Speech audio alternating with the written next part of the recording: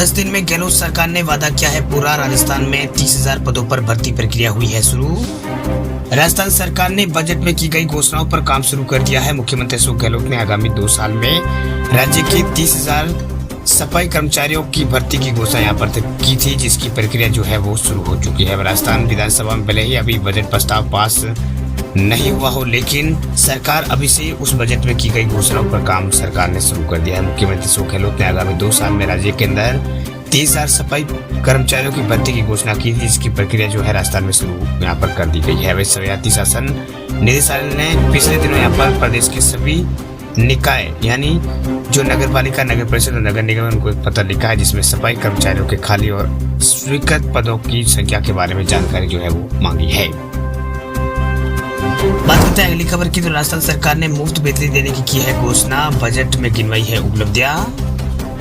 नगरीय विकास एवं स्वायत्त शासन मंत्री शांति धारीवाल ने कहा है कि वैसे तो मुख्यमंत्री अशोक गहलोत ने वित्त वर्ष के बजट में आम आदमी को 100 यूनिट फ्री बिजली देने की यहाँ पर घोषणा की है, लेकिन जल्दी राजस्थान में बढ़ाकर इसे 300 यूनिट कर दिया जाएगा।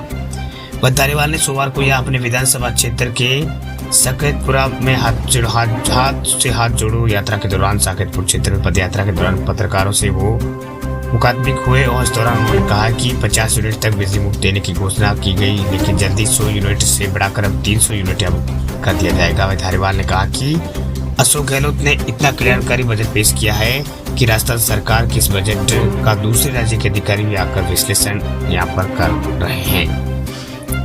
बात करते हैं अगली खबर की। तो राजस्थान सरकार को लग सकता है बड़ा झटका, कटाई में पड़ सकती है पुरानी पेंशन योजना। राज्य बजट घोषणा में पुरानी पेंशन योजना को शुरू कर देश भर में कर्मचारियों के बीच सुर्खियां बटोरने वाली गहलोत सरकार को बड़ा झटका लग सकता है। दरअसल केंद्रीय वित्त मंत्री निर्मला सीतारमण ने पुरानी पेंशन योजना के केंद्र के पास जमा 45,000 करोड़ रुपए की राशि को जारी करने से साफ मना कर दिया। वही केंद्रीय वित्त मंत्री निर्मला सीतारमण ने जयपुर प्रवास के दौरान कहा कि पेंशन नियमों और शर्तों के अनुसार कर्मचारियों का पैसा वापस नहीं दिया जाएगा। वही केंद्रीय वित्त मंत्री के इस बयान के बाद राजस्थान सरकार को न्यू पेंशन स्कीम का केंद्र के जो ट्रस्ट में जमा जो 45,000 करोड़ रुपए है वो राजस्थान सरकार को नहीं मिलेंगे। वही केंद्रीय वित्त मंत्री निर्मला सीतारमण ने एनपीएस का पैसा राज्य सरकारों को देने से साफ इनकार कर दिया है। वही निर्मला सीतारमण ने कहा है कि कोई राज्य अगर किस कारण ये फैसला लेता है कि एनपीएस का फंड है तो वह इकट्ठा यहाँ पर दे देना चाहिए, तो वह नहीं मिलेगा। वह कर्मचारियों का पैसा है और कर्मचारी जो पैसे जो है कर्मचारी उसके ऊपर वो ब्याज कमा रहे हैं, वह पैसा रिटायरमेंट के समय कर्मचारियों के हाथ में ही आएगा। वह इकट्ठा पैसा राज्य सरकार के हाथ नहीं आएगा, ये असंभव है।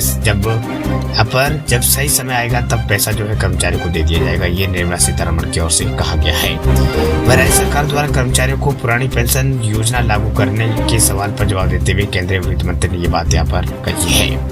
बात करते हैं अगली खबर की। तो राजस्थान में तेजी से चढ़ रहा है पारा। मौसम विभाग का अलर्ट, तापमान बढ़ने से फसलों को पड़ सकता है असर।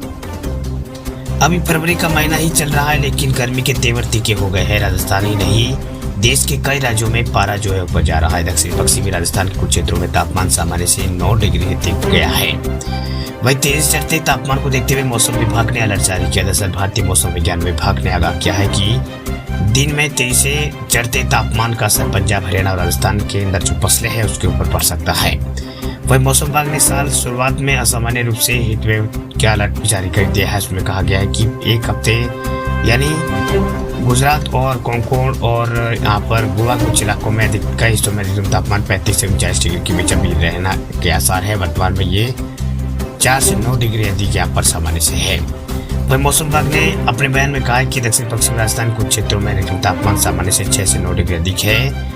वही हिमाचल प्रदेश और उत्तराखंड के कुछ हिस्सों में अधिकतम तापमान 23 से 28 डिग्री के बीच अभी जाने के आसार जताए गए हैं। वही इस बीच 5 से 11 डिग्री अधिक फिलहाल यहाँ पर है। वही पंजाब, हरियाणा, चंडीगढ़ और दिल्ली में इस दौरान 28 से 33 के बीच तापमान रह सकता है। वही मौसम विभाग ने यह भी भविष्यवाणी किया है कि पंजाब, हरियाणा और राजस्थान में खेती पर दिन में बढ़ते तापमान का प्रभाव हो सकता है। वही मौसम विभाग के वरिष्ठ अधिकारी ने कहा है कि तापमान बढ़ने से गेहूं पर बुरा असर पड़ने के आसार है। वही फसल जो है वो बढ़ने की अवधि जो है करीब पहुंच रही है, जो कि तापमान के प्रति संवेदनशील और फूल आने और पकने की अवधि के दौरान हाई टेम्परेचर फसल में यहाँ पर कमी आती है। वही अन्य खड़ी फसलों और बागवानी पर भी इसी तरह का यहाँ पर प्रभाव पड़ सकता है। इस बीच केंद्रीय सचिव ने कहा कि सरकार ने गेहूं की फसल पर तापमान बढ़ने के कारण परिस्थिति से निगरानी के लिए एक समिति का गठन जो है वो किया है।